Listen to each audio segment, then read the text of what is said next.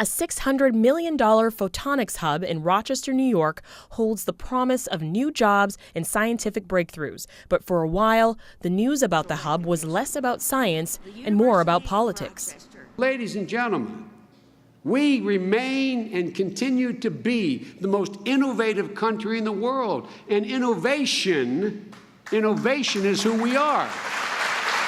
Vice President Joe Biden was among the many federal, state, and local officials last July who gathered for the fanfare-filled announcement that Rochester would become the national headquarters of a manufacturing hub dedicated to the emerging field of photonics. Rochester said photonics. Everybody had to go to the dictionary, look it up, find out what it meant. Integrated photonics, which is the science and application of light, has the potential to transform communications, medicine, and national defense. Light now brings the news of the universe through fiber optic cable to every single corner and part of the globe. It's called photonics, the science of using the smallest waves of light to approach extraordinary things and accomplish extraordinary things. But the science was quickly overshadowed by strong public disagreements among business and education leaders and politicians over where to house the hub's headquarters. The back-and-forth squabble had one camp pushing for the Sibley building and another pulling for Legacy Tower, the former Bosch & Lomb building. In August, State Assembly Majority Leader Joseph Morelli spoke out when SUNY Polytechnic Institute in Albany, a partner in the initiative, issued a news release saying that the headquarters would be at Legacy Tower. His response read in part, "Frankly, I resent the decision to try to reach into Rochester and tell us where they will site facilities." Further talks involving Cuomo led to an agreement. Legacy Tower won out, and the political infighting died down.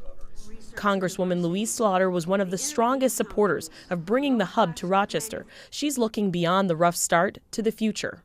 History will forget any squabbles anybody had.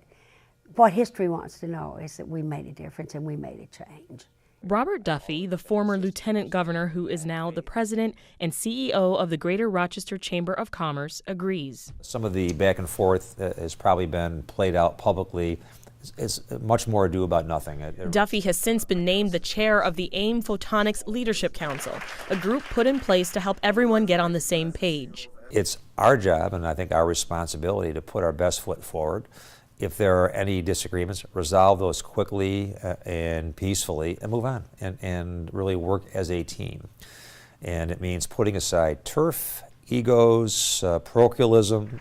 And there has been progress. In the middle of March, the governor came to Rochester to announce that two photonics-related companies, Avigi and Photonica Inc., would be coming to Canal Ponds and Eastman Business Park with the promise of 1,400 jobs. We're not making wooden benches anymore, but we are making computer chargers, laptop chargers, etc. This is advanced manufacturing. And this is the future for the economy. The photonics hub could mean thousands of jobs for the region, from research to production to supplies. But exactly how many has yet to be determined. Oh, for heaven's sakes, you create the job, the people will come. There's no question about that.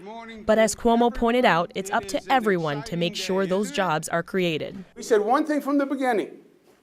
The regions that thrive are the unified regions where people work together, the academic universities together with the businessmen, together with the politicians, all together. That is up to you.